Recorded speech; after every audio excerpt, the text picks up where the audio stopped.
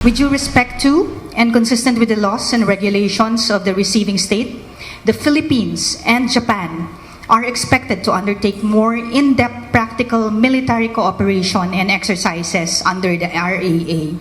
Kasunod ng pag-aproba sa Senate Resolution number 1248 o ang pagratipika sa Reciprocal Access Agreement o RAA sa pagitan ng Pilipinas at Japan kahapon.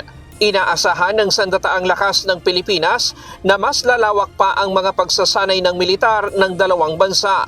Magiging kahalintulad ito ng pagsasanay ng mga sundalong Pilipino at Amerika. But we're looking at, of course, more interoperability exercises as the same as what we're doing now with our Balikatan exercises, Laknib exercises, and talaga naman pong nagjo-join na in Japan with our multilateral maritime exercises. So we'll have more of those and look at other scenarios that we can address as well. So mas open na tayo ngayon because of this RAA.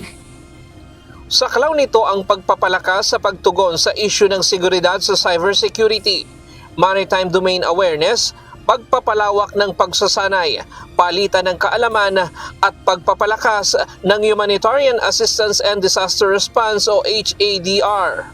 Expanding training and education, exchanges, and strengthening humanitarian assistance and disaster response. This partnership will help the AFP address security challenges, especially in critical areas such as the West Philippine Sea, and further solidify our preparedness and resilience in safeguarding national sovereignty.